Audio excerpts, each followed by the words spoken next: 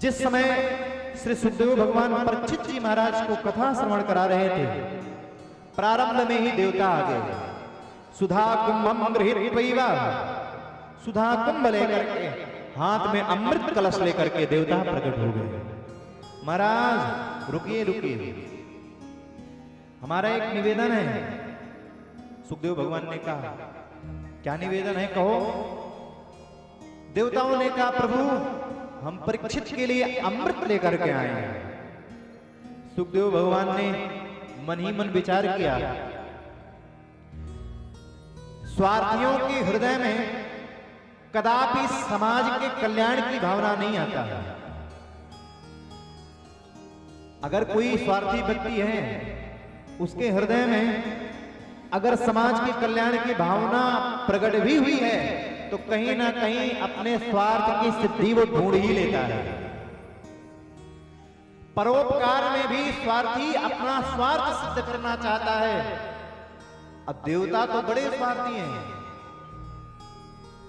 और ऐसे स्वार्थी देवता दुर्लभ अमृत का पान कराने के लिए आए हैं परीक्षित को। श्री हरि भगवान के पार्षद गरुड़ ने एक बार याचना करी थी अमृत की, देवताओं ने नहीं दिया था। श्री गरुड़ जी महाराज ने बलात् युद्ध करके अमृत छीना। ऐसा दुर्लभ अमृत देवता बिना स्वार्थ के नहीं ला सकते हैं। अवश्य इनका कोई ना कोई स्वार्थ होगा, किसी ध्येय से अवश्य आए होंगे।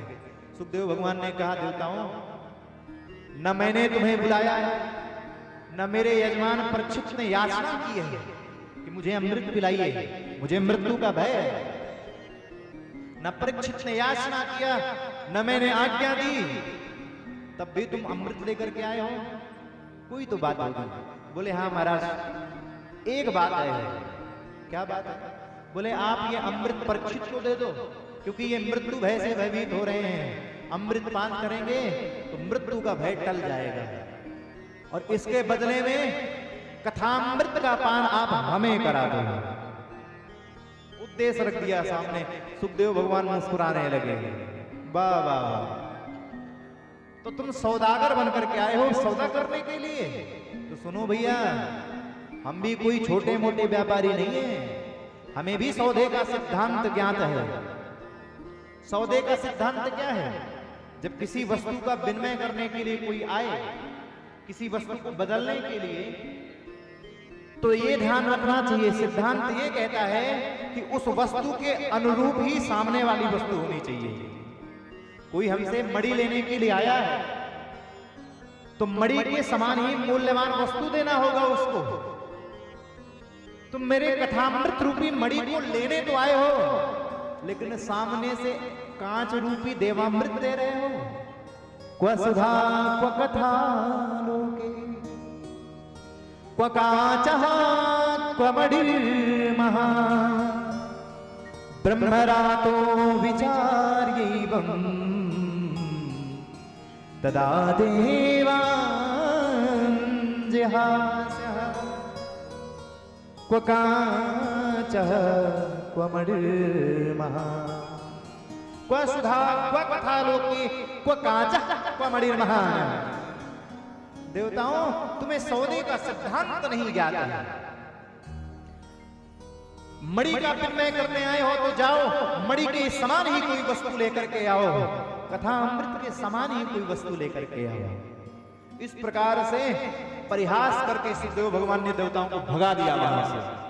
भागवत जी में तदा देवान् जहासा न ददौष कथामृतम, कथामृत का पान नहीं कराया है। बोले अगर कोई सौदेबाजी करने के लिए आए तो उसके लिए क्या करना चाहिए? ना ददौ कथामृतम, कथामृत का पान करने योग्य नहीं है वो।